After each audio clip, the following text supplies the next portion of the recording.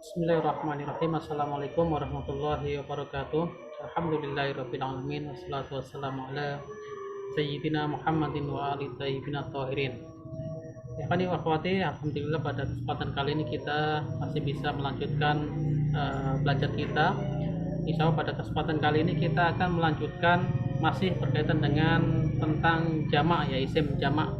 Kemarin kita sudah sampaikan tentang isim jamak taksir, ya, dari bagian-bagian jamak ada 3, jamak mudzakkar salim, jamak muannats salim, dan jamak taksir. Dan pada kesempatan kali ini kita akan menuntaskan tentang pembahasan isim jamak, yaitu sebenarnya masih ada kaitannya dengan jamak taksir, karena kemarin kita sudah sampaikan bahwa secara garis besar jamak itu hanya dibagi menjadi 3, jamak muannats salim, mudzakkar salim, dan satunya jamak taksir, ya. Kalau jamak mudzakkar salim dan jamak muannats salim itu kriteria atau ciri khususnya adalah dia bentuknya tidak berubah dari bentuk mufradnya, ya. Jamak mudzakkar salim dan muannats salim itu hanya ditambah dengan huruf-huruf tertentu ketika kita ingin mengubah isim mufrad baik mudzakkar atau muannats kepada bentuk jamak. Kalau dia mudzakkar, ya, dan bentuk mufradnya tidak berubah, maka dia masuk ke kategori jamak mudzakkar salim. Begitu juga dengan muannats, kalau kita mau menambahkan atau mengubah menjadi jamak dan kita ubah dengan bentuk atau penambahan huruf dengan huruf alif dan ta, itu masuk kategori jamak muannats salim. Tapi kalau misalnya ada sebuah mufrad, isim mufrad, kita ubah menjadi jamak, kemudian bentuknya berubah, baik itu berubah harokatnya saja atau bentuk dan harokatnya, maka dia masuk ke kategori jamak taksir atau jamak mukassar. Kemarin sudah kita sampaikan berkaitan dengan pembahasan jamak taksir dan sebagian bagiannya, yaitu jamak kilah dan kasroh. Ada beberapa istilah, ya, yang ada unsur istilah jamaknya, namun di sini nanti sebagian ada hubungannya dengan jamak taksir, ada sebagian yang tidak ada hubungannya dengan jamak taksir. Di antaranya nanti kita akan sampaikan berkaitan dengan jam'ul jamak, ya, jam'ul jamak, kemudian ada namanya muntahal jumu, dan ini sebenarnya masih ada kaitannya antara jam'ul jamak dengan jamak muntahal jumu, dan secara rincinya insya Allah setelah ini kita akan sampaikan dengan beberapa contoh dan wazan-wazan, karena nanti pada jamak-jamak yang akan kita sampaikan ini memiliki jamak atau memiliki wazan-wazan khusus, sehingga bahkan oleh sebagian para ulama nahwu dan shorof ini hanya bisa kita tiru, tidak bisa kita buat dengan kaidah umum seperti jamak mudzakkar salim dan jamak muannats salim. Artinya ini adalah sifatnya simai, atau kita hanya bisa meniru apa yang disampaikan oleh orang-orang Arab di sana, orang-orang Arab yang istilahnya yang adib, ya, mengerti tentang tata bahasa Arab. Ya, mungkin kita bisa menengok lagi catatan kita sehingga nanti kita bisa sinkronkan dengan pembahasan kita berkaitan dengan beberapa istilah jamak yang tersisa dari pembahasan jamak kita. Ya, kemarin kita terakhir adalah tentang jamak kilah dan kasroh, ya. Kemudian pada kesempatan kali ini kita akan membahas tentang beberapa bentuk jamak atau sebutan jamak, namun sedikit berbeda dengan apa yang telah kita sampaikan sebelumnya. Di sini ada namanya sigot muntahal jumu', ya, muntahal jumu', nanti definisi, wazan, dan lain sebagainya akan kita sampaikan. Kemudian ada namanya jam'ul jamak, ya, nanti juga kita ada sebutkan definisi dan keterangan dari masing-masing ini. Kemudian yang terakhir ada isim jamak, ya, isim jamak, dan mungkin masih ada di beberapa pembahasan kitab-kitab tata bahasa Arab, ada bentuk-bentuk jamak yang lainnya, namun kita cukupkan di sini adalah hanya sebatas ini saja, sigat muntahal jumu', kemudian jam'ul jamak, dan yang terakhir isim jamak. Yang pertama adalah berkaitan dengan sighah muntahal jumu', ya. Secara bahasa, secara harfiah, sighah itu bentuk, ya. Muntahal jumu' adalah puncaknya jamak atau jamak dari segala jamak, begitu. Bisa diartikan begitu. Jadi nanti di sini keterangannya adalah ketika ada salah satu isim yang memiliki bentuk seperti ini, ya, salah satunya ini bentuk wazan, ya, maksudnya di sini pola seperti ini, maka dia masuk ke kategori sigot muntahal jumu. Artinya ketika dia sudah berbentuk seperti ini, dia tidak bisa dijamakkan lagi, tidak bisa diubah menjadi jamak lagi. Karena apa? Karena ada sebagian kalimah ya, meskipun dia itu sudah jamak ya, namun ternyata masih bisa dijamakkan ya. Kalau kemarin kita sampaikan bahwa yang namanya jamak dan musanna itu syaratnya itu harus ada mufrodnya kan gitu, karena sebenarnya jamak itu kan akumulasi dari beberapa mufrod ya, tiga mufrod atau lebih. Misalnya kita mau bilang ada 3 Muhammad ya, aslinya adalah Muhammadun wa Muhammadun wa Muhammadun, disingkat atau diubah menjadi bentuk lain dengan sebutan Muhammaduna atau Muhammadina. Begitu juga dengan misalnya kita mau menyebut kata Fatimah ya, kita mau menyebut 3 Fatimah, aslinya kan Fatimah wa Fatimah wa Fatimah. Tapi kalau kita mau lebih ringkas penyebutnya dengan menggunakan jamak, yaitu jamak muannas salim, Fatimat begitu. Zainab juga seperti itu, Zainab wa Zainab wa Zainab, bisa juga disebut dengan atau diungkapkan dengan sebutan Zainabat, Maryamat dan lain sebagainya. Ya, ini kalau dia sebuah atau termasuk daripada apa yang disampaikan oleh orang Arab bahwa ada sebagian ya isim-isim yang tadinya sudah jamak ya masih bisa dibuat jamak kembali. Contohnya seperti ini, nanti kita akan baca satu persatu. Baitun jamaknya adalah buyut, dan kata buyut ini yang tadinya sudah jamak masih bisa dijadikan jamak lagi, dan bentuk yang seperti ini disebut dengan jam'ul jamak atau jamaknya jamak begitu. Kenapa di sini kita bedakan antara sigot muntahal jumu' dengan jam'ul jamak? Sebenarnya masih ada kaitan antara sigot muntahal jumu' dengan jam'ul jamak. Jam'ul jamak adalah bentuknya atau penyebutan dari istilah sebuah jamak yang diambil dari jamak yang lainnya seperti itu. Dan dari jam'ul jamak ini ada bentuk-bentuk khusus atau pola-pola khusus yang memang sudah ditentukan, dan pola-pola itu disebut dengan sigoh muntahal jumu, yaitu bentuk-bentuk dari jamaknya jamak atau puncak dari segala jamak seperti itu. Nah, untuk lebih memahami mungkin kita bisa baca di sini definisi dan keterangan ya dari masing-masing 3 istilah ini. Yang pertama adalah sigoh muntahal jumu, kemudian ada jam'ul jamak, dan yang terakhir ada isim jamak. Sebenarnya masih ada yang lainnya, cuman kita di sini tidak sertakan. Yang pertama sigoh muntahal jumu, definisinya apa ya? Secara harfiah adalah puncaknya jamak atau jamak tertinggi. Artinya tidak ada jamak yang lebih istilahnya tidak bisa dijamakkan lagi. Jadi kalimah-kalimah yang memiliki pola seperti ini tidak bisa dibuat menjadi jamak lagi, karena ini sudah menunjukkan jamak yang tertinggi, tidak ada yang lebih tinggi lagi. Itu secara harfiah ya.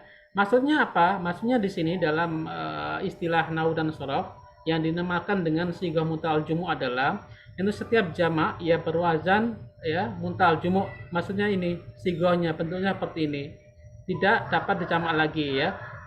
Namun kalau secara istilah nahwu dan shorof adalah setiap jamak taksir ya yang sesudah alif terdapat 2 huruf atau 3 huruf yang huruf tengahnya adalah sukun ya. Tadi yang pertama adalah setelah alif ya, seperti ini kalau kita melihat ya lebih dekat lagi. Ini ya sigo wazan-wazannya kalau kita lihat itu ternyata ada alifnya ya, ada huruf alifnya, kita lihat masing-masing ada huruf alifnya. Fa'il, fa'alil, mafa'il dan lain sebagainya. Masih ada beberapa wazan selain wazan yang sudah kita terangkan di sini. Ya, nanti secara lebih lengkap lagi bisa merujuk ke kitab Mukhtasar As-Sharh halaman 45. Kita lihat di sini masing-masing dari wazan yang ada di sini ternyata ada alifnya ya. Kalau kita nisbatkan dengan keterangan tadi bahwa setiap jamak taksir, kenapa jamak taksir? Karena kalau kita lihat ini mufradnya ya, ini dia berubah dari bentuk mufradnya ya. Misalnya kita mengambil contoh fawaris ya, jamak dari faris, mufradnya faris, jamaknya fawaris. Kalau kita lihat misalnya faris ya, faris berubah menjadi fawaris, yang tadinya bentuknya fa alif ro sin menjadi fa wawu alif ro sin ya, tidak ditambah dengan huruf wawu nun atau ya nun ya, sehingga kata faris ini jamaknya menggunakan jamak taksir. Dan kebetulan pada dalam artian tanda kutip di sini fawaris ini polanya seperti pola wazan sigha mutahal jumu, yaitu fawail. Di antara wazan dari sigha mutahal jumu adalah fawail. Jadi ketika ada kalimat ya seperti fawaris ini dan dia bentuknya sama dengan fawail, salah satu dari wazan mutahal jumu, maka dia fawaris ini masuk kategori apa namanya sigha mutahal jumu begitu. Definisi yang tadi kita baca bisa kita ulangi lagi sekali lagi, bahwa setiap jamak taksir pertama adalah dia harus jamak taksir ya, jamak taksir yang sesudah alif ya, sesudah alif fawail ini ada dua huruf alif. Di sini kita lihat misalnya dari kata fawaris, wau alif ya. Setelah alif ada berapa huruf? 1 2 ya. Kalau setelah alif ada 2 huruf ya, maka dia masuk ke sigha mutahal jumu ya. Kalau lebih dari 2 huruf bagaimana ya? Di sini ada kelanjutannya ya. Setelah alif terdapat 2 huruf seperti wazan mafa'il ya, atau 3 huruf yang huruf tengahnya sukun. Kalau 3 huruf maka syaratnya adalah huruf tengahnya ya, antara 3 huruf itu lebih dari setelah dari alif ada 3 huruf, di mana 3 huruf ini huruf tengahnya itu disukun, harokatnya sukun. Seperti contoh khawatim ya, ikut wazan fawail ya, atau dananir ikut wazan fa'alil ya. Kita lihat di sini bahwa setelah alif ada 3 huruf ya, nun ya ro. Kita lihat tengahnya harokatnya sukun, maka dia masuk ke wazan sigha mutahal jumu. Ya begitu. Jadi lebih sederhananya adalah kalau kita tahu wazan-wazannya ya, wazan-wazan sigha mutahal jumu ini sebagian yang saya terangkan di sini adalah wazan-wazan yang populer yang banyak digunakan di kitab-kitab atau dalam ungkapan-ungkapan bahasa Arab. Ini kita sertakan sebagian. Untuk lebihnya, karena di sebagian kitab ini disebutnya ada 14 wazan ya, lebih dari ini bisa dilihat di kitab Mukhtasar As-Sharh halaman 45. Nanti di situ disebutkan wazan-wazan lain selain ini dan sebagian contoh yang mengikuti wazan yang sudah diterapkan. Ini berkaitan dengan sigha mutahal jumu. Jadi sekali lagi bahwa ketika ada isim yang polanya, bentuknya sama dengan wazan-wazan sigha mutahal jumu, itu maka disebut dengan apa namanya istigha mutahal jumu begitu. Atau nanti secara umum dia disebut dengan jam'ul jama' atau jamaknya jama'. Apa gunanya kita mengetahui bentuk-bentuk mutahal jumu atau sigha mutahal jumu? Nanti di pembahasan nahwu ada namanya pembahasan munsoref sama ghairu munsoref ya. Di antara sebab sebuah isim dikategorikan sebagai ghairu munsoref diantaranya adalah karena dia muntahal jumu, mengikuti wazan sigha mutahal jumu ya. Nanti bisa dibuka-buka lagi, atau kalau memang belum dipelajari bisa menunggu sampai bab berkaitan dengan sigha mutahal jumu atau berkaitan dengan isim munsoref dan ghairu munsoref. Salah satu syarat isim bisa menjadi ghairu munsoref dengan hukum-hukum yang sudah ditentukan dalam pembahasan nahwu adalah dia berubah sigha mutahal jumu dengan wazan-wazan yang sudah ada seperti ini. Fawail, kemudian ada fa'alil, mafail ya. Contohnya fawaris, khawatim, darohim, dananir, ma'abid, mafatih dan lain sebagainya. Ini berkaitan dengan istilah jamak yang pertama, yaitu sigha mutahal jumu. Sebagaimana tadi kita sampaikan bahwa sigha mutahal jumu ini ada kaitannya dengan jam'ul jama' ya. Jam'ul jama' itu adalah jamaknya ya, bentuknya. Sighanya atau bentuknya disebut dengan sigha mutahal jumu begitu. Kemudian jam'ul jama', apa itu yang disebut dengan jam'ul jama' ya? Definisi secara harfiah berarti jamaknya jamak ya. Tadi kita sudah sampaikan juga bahwa jam'ul jama' ini jamak yang diambil dari kata yang sudah menjadi jamak ya. Karena sebenarnya sejatinya bahwa jamak itu dia berasal dari mufrad ya, dengan contoh yang tadi kita sebutkan, yang kita sampaikan. Tapi ada kalanya ada kalimat-kalimat khusus, tidak semua kalimat bisa dijadikan atau tidak semua kalimat jamak itu bisa dijadikan jamak kembali. Hanya ada kalimat-kalimat khusus ya, kalimat-kalimat khusus yang memang masih bisa dijadikan jamak. Yang tadinya sudah jamak masih bisa dijadikan jamak. Dan ini disebut dengan jamul jamak. Jadi ketika ada kalimat isim jamak ya, kemudian dia kembali dijamakkan, maka disebut dengan jamul jamak, yaitu jamaknya jamak. Ya, pada dasarnya hanya isim mufrad yang dapat diubah menjadi musanna atau jamak ya. Ini sudah kita sampaikan di pertemuan sebelumnya berkaitan dengan musanna dan jamak. Namun ya, ada jamak tertentu yang masih dapat dijamak kembali. Artinya jamak ini berasal dari jamak ya, isim jamak, bukan dari mufrad. Dan ini sifatnya adalah simai. Simai adalah ketentuan dari kalangan Arab atau orang-orang Arab di sana. Jadi tidak ada kaidah umum seperti ketika kita ingin membuat jamak mudzakkar salim atau jamak muannats salim atau musanna. Berkaitan dengan jamul jamak ini kita hanya bisa melihat atau mengecek di kamus-kamus yang lengkap atau kitab-kitab yang memang secara khusus membahas tentang bahasa Arab ya, tentang bahasa. Baru bisa nanti kita ketahui kalimat-kalimat mana saja yang termasuk dari jamul jamak atau termasuk kalimat yang bisa dijadikan jamul jamak, yaitu kita menjamakkan sebuah isim mufrad, kemudian dari jamaknya tadi kita ubah menjadi jamak kembali, itu disebut dengan jamul jamak. Contohnya diantaranya ada beberapa contoh di sini saya sertakan, yaitu satu misalnya kata bait ya, bait rumah ya, artinya rumah. Jamak dari bait adalah buyut ya. Rumah, baitun satu rumah, beberapa rumah atau banyak rumah, buyut ya. Kata buyut ini ternyata masih bisa dijamak lagi ya. Dari kata buyut bisa dijamak lagi menjadi buyudat ya, buyudat. Atau kata lainnya misalnya hin ya, hina itu waktu. Jamaknya apa? Ahyan ya. Beberapa waktu atau banyak waktu. Jamaknya dari ahyan, ahayin begitu. Kemudian ada kata qaul, zamannya akwal. Qaul ada perkataan ya, zamannya dari qaul adalah arti dari qaul adalah perkataan. Zamannya apa? Akwal, perkataan-perkataan begitu. Kemudian dari kata akwal ini juga masih bisa dijadikan jamak menjadi apa? Aqawil ya. Ahayin, aqawil ini sama bentuknya. Ahayin, aqawil. Nanti kalau kita melihat wazan yang lebih yang ada di halaman 45 dari kitab Mukhtasar As-Sarf, kan kita dapatkan wazan yang mirip dengan ini, ahayin ini, afail itu ada di kitab Mukhtasar As-Sarf halaman 45. Nanti coba dicek teman-teman supaya nanti bisa tahu bentuk asli dari wazan ahayin atau aqawil ya.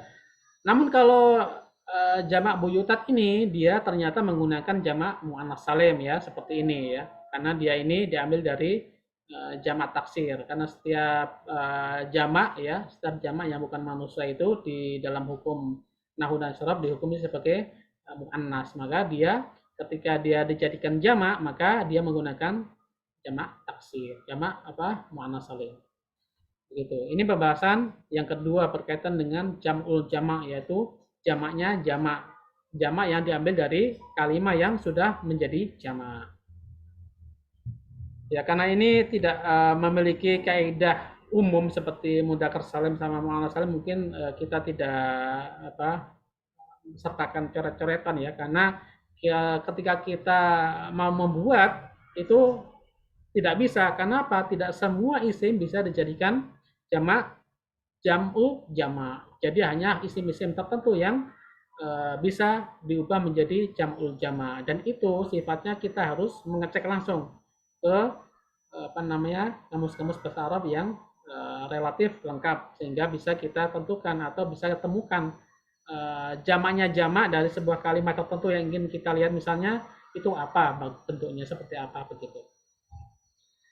Kemudian yang berikutnya adalah ada istilah namanya isim jamak ya. Ini agak sedikit berbeda dengan beberapa pembahasan yang sebelumnya kita sebutkan, bahwa kalau kita ingat bahwa tadi juga saya singgung bahwa misalnya jamak mudzakkar salim, jamak muannats salim dan jamak taksir dengan bagian-bagiannya itu semuanya ternyata diambil dari isim mufrad ya. Harus ada isim mufradnya ya, karena jamak ini sebenarnya kumpulan dari beberapa mufrad menjadi jamak begitu. Salah satu dari syaratnya adalah dia harus memiliki apa namanya, bentuk mufrad ya begitu. Kalau dia bentuk mufradnya berubah maka jamak taksir.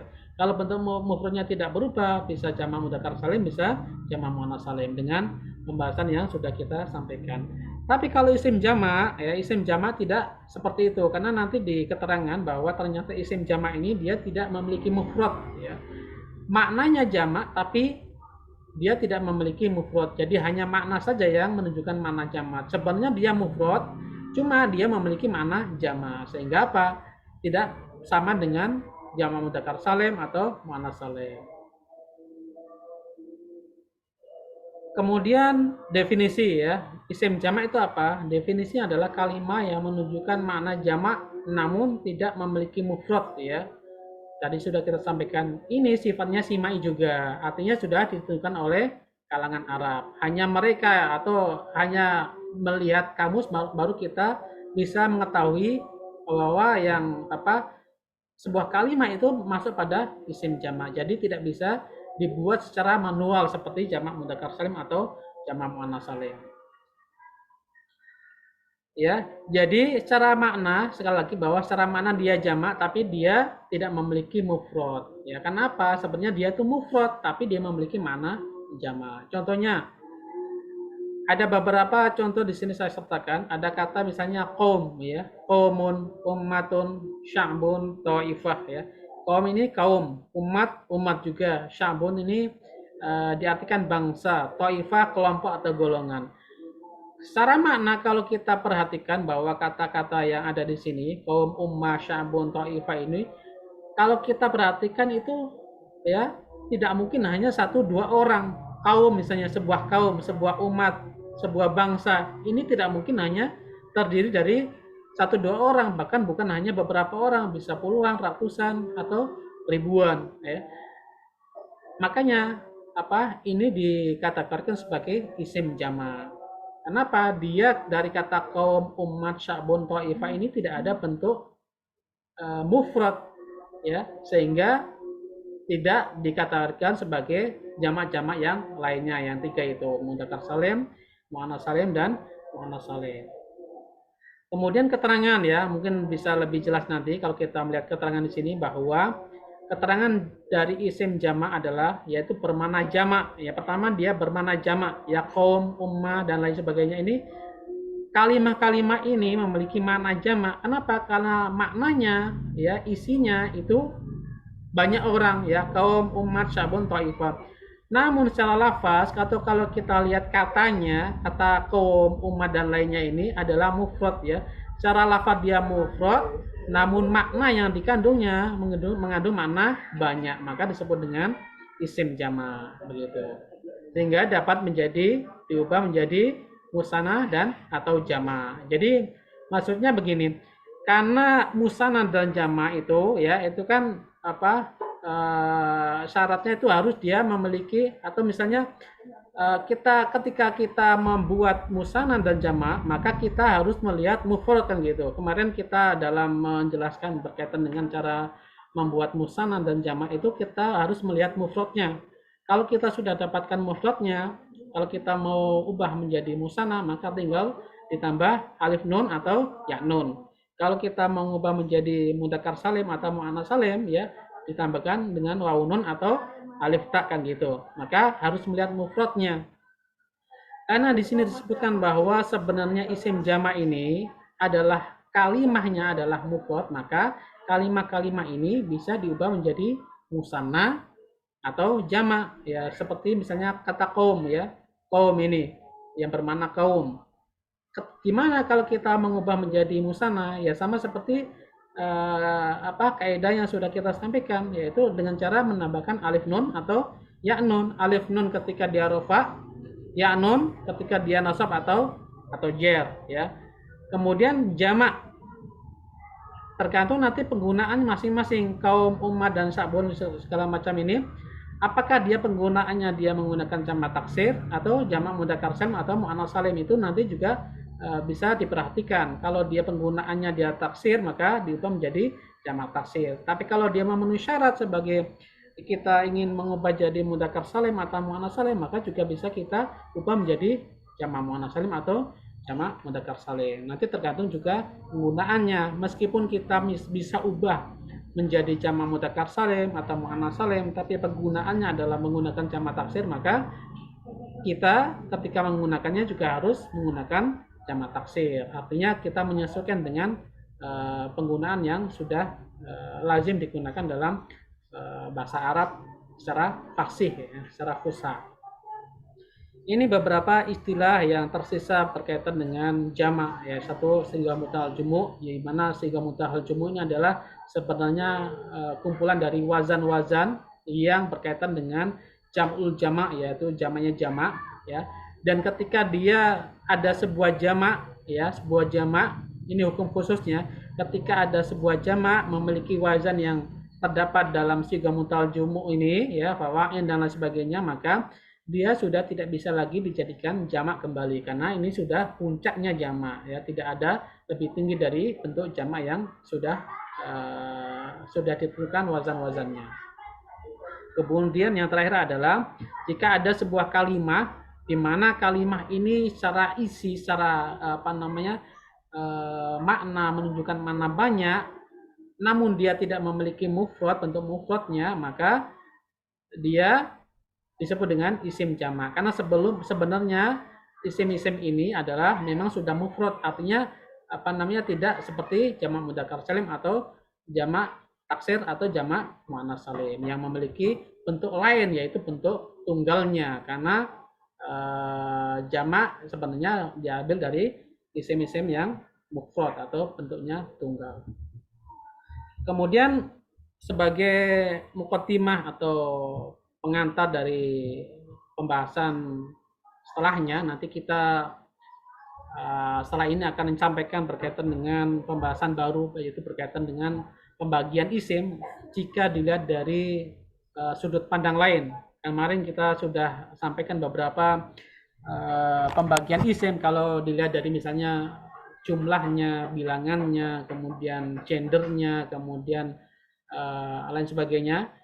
Pada kesempatan ini dan beberapa pertemuan ke depan kita akan sebutkan jenis isim dari sudut pandang yang lainnya, yaitu kalau dilihat dari sudut pandang asal mula atau asal usul dari sebuah isim, ya.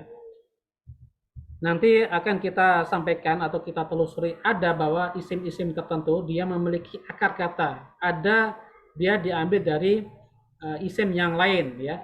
Kalau dia diambil atau memiliki asal usul bentuknya diambil dari bentuk yang lain, maka disebut dengan mustaq, ya. Tapi kalau dia tidak diambil atau tidak berasal dari bentuk yang lain, isim yang lain, maka disebut dengan jamid. Ini perbedaan inti dari pembahasan kita yang akan kita sampaikan beberapa pertemuan ke depan, yaitu satu isim jamid di mana dia tidak diambil dari bentuk lain, isim mustaq dia isim diambil dari bentuk lain atau diambil dari isim yang lain. Itu perbedaan yang sangat mendasar antara isim jamid dan isim mustaq. Itu secara garis besar. Kemudian kita balik ke catatan dan ringkasannya, ya, nanti bisa dipelajari secara dalam lagi berkaitan dengan masing-masing pembagian ini dan contoh-contohnya. Nanti juga bisa dicari di kitab-kitab atau di kamus berkaitan dengan contoh isim jamid dan isim mustaq. Sebelum ke pembahasan inti atau lebih dalam lagi, ya, kita bisa baca di sini berkaitan dengan pembagian isim, ya. Jika dilihat bentuk asal, ya. Satu, jamid, ya. Dua, mustaq. Jamid itu apa? Isim yang tidak dibentuk dari kalimat atau kata lain, ya. Tidak punya akar kata, bisa diungkapkan seperti itu.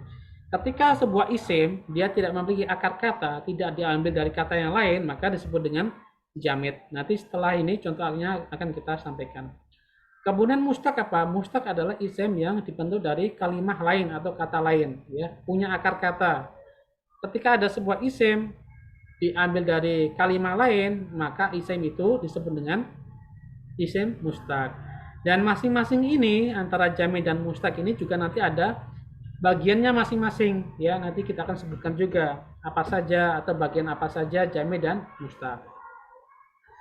Kalau kita sudah dapat inti dari pembahasan ini tadi, pengertian dari jamid dan mustaq, maka kita masuk ke pembagiannya.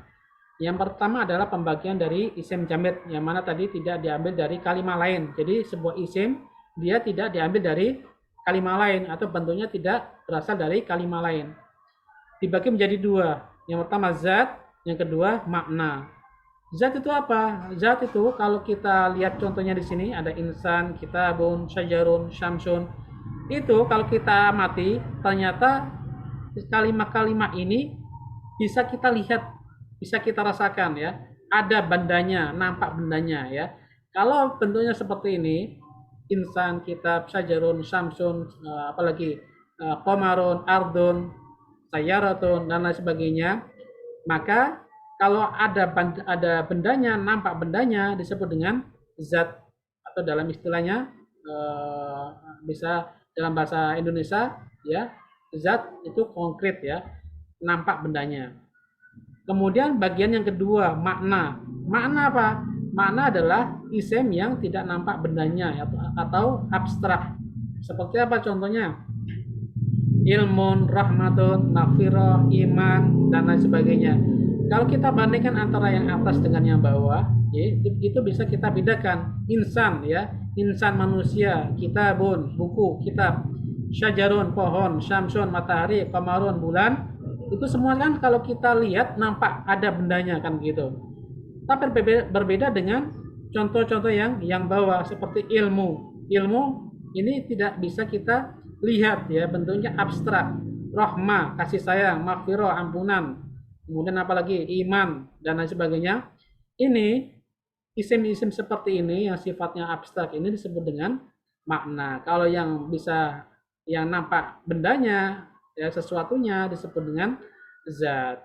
Jamid dibagi menjadi dua, zat yang nampak, makna yang tidak nampak atau abstrak. Ini pembagian dari isim jamid.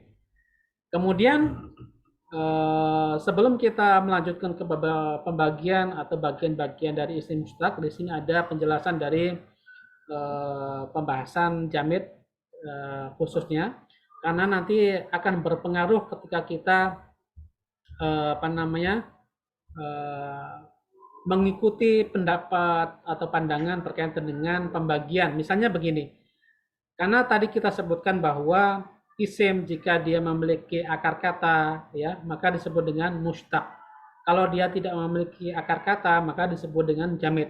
Sekarang ada perbedaan pendapat antara ulama Basrah dengan ulama Kufah berkaitan dengan asal usul dari isim-isim mustaq ya. Sebagian ada yang menyatakan atau berpendapat bahwa asal usul dari isim mustaq atau akar katanya adalah masdar ya. Ada pendapat yang lain menyatakan bahwa asal usul dari isim-isim mustaq itu adalah fi'il madhi ya. Jadi yang satunya menyatakan memiliki pandangan bahwa asal usul adalah masdar, ada yang berpendapat bahwa asal usulnya adalah fi'il madhi. Dalam kitab Mukhtasar As-Sarf disebutkan bahwa menurut ulama yang memiliki yang tersebut di dalam kitab Mukhtasar As-Sarf bahwa asal usul dari isim mustaq itu yaitu diwakili oleh ulama Basrah adalah masdar, yaitu urutan ketiga dari tasrifan sorof. Yaitu kalau kita melihat kitab Al-Amsilah Tasrifiyah itu disebutkan di sana ada tasrifan dari mulai fi'il madhi, fi'il mudhari', kemudian urutan yang ketiga disebut dengan masdar. Ini yang menjadi asal-usul dari isim-isim mustaq ya. Karena nanti kita akan ketika membahas isim-isim mustaq, kita akan melihat ternyata bahwa isim-isim seperti isim fa'il, isim maf'ul itu dia berasal dari fi'il mudhari', sedangkan fi'il mudhari' berasal dari fi'il madhi, dan fi'il madhi asalnya adalah masdar. Dan oleh ulama Basrah disebutkan bahwa asal usul dari semua isim mustaq itu sebenarnya adalah masdar, bukan fi'il madhi. Kalau kita mengikuti pendapat ulama Basrah bahwa seluruh isim mustaq berasal dari masdar, maka masdar sendiri itu dia termasuk pada golongan isim jamid ya, karena dia menjadi masdar atau sumber dari isim-isim yang lainnya. Tapi kalau kita mengikuti pendapat dari ulama selain ulama Basra atau ulama Kufah, maka di mana mereka menyatakan bahwa asal usul dari isim mustaq itu fi'il madi, maka masdar juga termasuk dari isim mustaq. Jadi tidak ikut pembagian isim jamid. Begitu kurang lebih berkaitan dengan perbedaan pendapat antara ulama Basrah dan ulama Kufah berkaitan dengan pendapat mereka tentang asal usul dari isim-isim mustaq, ya. Nanti kita bebas mengikuti pendapat yang mana, namun ada konsekuensi dari ketika kita mengikuti pendapat ulama Basrah, maka tadi konsekuensinya adalah bahwa masdar masuk kategori isim jamid. Tapi kalau kita ikut pendapat ulama Kufah yang menyatakan bahwa asal dari isim-isim mustaq adalah fi'il madhi, maka masdar masuk pada golongan isim mustaq, bukan isim jamid, begitu. Lalu masdar itu apa? Tadi sudah kita singgung bahwa masdar adalah dalam tasrifan kitab tasrif itu urutannya adalah yang ketiga. Ya, kalau kita maknai secara harfiah, masdar adalah akar kata, ya. Di sini ada kekurangan tipe huruf penulisan, nanti kita akan revisi. Masdar adalah akar kata. Maksudnya gimana? Isim yang menunjukkan suatu kejadian atau keadaan tanpa keterangan tempat, waktu, dan pelaku, ya. Seperti apa? Julus, il, rahmah, maghfirah, ya. Nanti coba dicek di kitab Al-Amsilah, nanti insya Allah di pertemuan selanjutnya kita akan tampakkan biar lebih mudah untuk dipahami, ya. Atau di sini bisa kita buka dulu, ya, coba kita share biar nanti ya,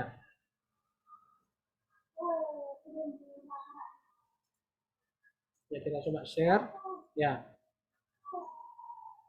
Ya, kalau kita lihat di sini, ya, dalam kitab di sini ada namanya kitab Al-Amsilah Tasrifiyah, ya. Filenya sudah saya share di grup, ya. Nanti teman-teman bisa download, atau yang sudah download bisa dicoba dibuka-buka.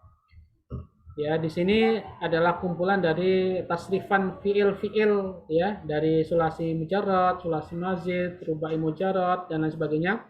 Ada di sini lengkap insya Allah. Ini disebut dengan wazan, ya. Yang atas wazan, yang bawahnya ini contoh-contoh dari sebagian yang mengikuti wazan yang atasnya.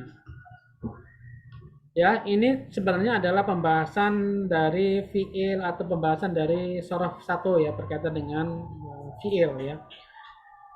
Ya, kembali kita ke masdar, ya. Dimana tadi kita sebutkan bahwa masdar itu yang mana sih, ya? Masdar itu bagaimana, ya? Kalau kita mau lihat posisi masdar yang dalam tasrifan ini, itu urutannya ketiga atau keempat, ya. Di sini ada 2 masdar sebenarnya. 1, ya, urutan yang pertama ini fa'ala itu fi'il madhi, yaf'ulu fi'il mudhari', kemudian setelah fi'il mudhari' baru masdar. Fa'lan, nasran, maddan, saunan, ghazwan, dan amalan. Ini masdar yang asli, ya, masdar yang asli. Adapun yang mafalan dan lain sebagainya ini sebenarnya adalah masdar juga, tapi disebut dengan masdar mimi. Nanti juga di pertemuan selanjutnya akan kita sampaikan berkaitan dengan bentuk masdar, pembagian masdar, dan pembahasan berkaitan dengan masdar insya Allah. Ini kalau kita melihat bentuk atau posisi masdar dalam kitab tasrif, ya, itu urutannya ketiga. Kemudian kalau kita kembali ke tadi pembahasan kita berkaitan dengan jamid dan mustaq, ya, di mana isim mustaq ini kalau menurut ulama Basrah itu semuanya bermuara kepada yang namanya masdar. Masdar dengan definisi yaitu isim yang menunjukkan suatu kejadian, keadaan tanpa keterangan tempat, waktu, dan pelaku, yaitu contohnya julus, ilm, rahmah, dan maghfirah. Di mana kata-kata ini bisa kita dapatkan dalam urutan ketiga dalam tasrifan sebuah fiil madi mudhari baru ini masdar, ya. Jalasa ya jilisu julus atau jalsa, ya, dan lain sebagainya. Nanti bisa dicek lagi di kamus atau di kitab-kitab tasrif, ya. Ini tentang isim jamid ya, yaitu dibagi zat dan makna dengan definisi dan contoh-contohnya sudah kita sampaikan. Kemudian pembahasan setelahnya atau selanjutnya adalah pembagian dari isim mustaq ya. Isim mustaq tadi apa? Isim yang dibentuk atau diambil dari kalimah lain ya, terbentuk dari kalimah lain.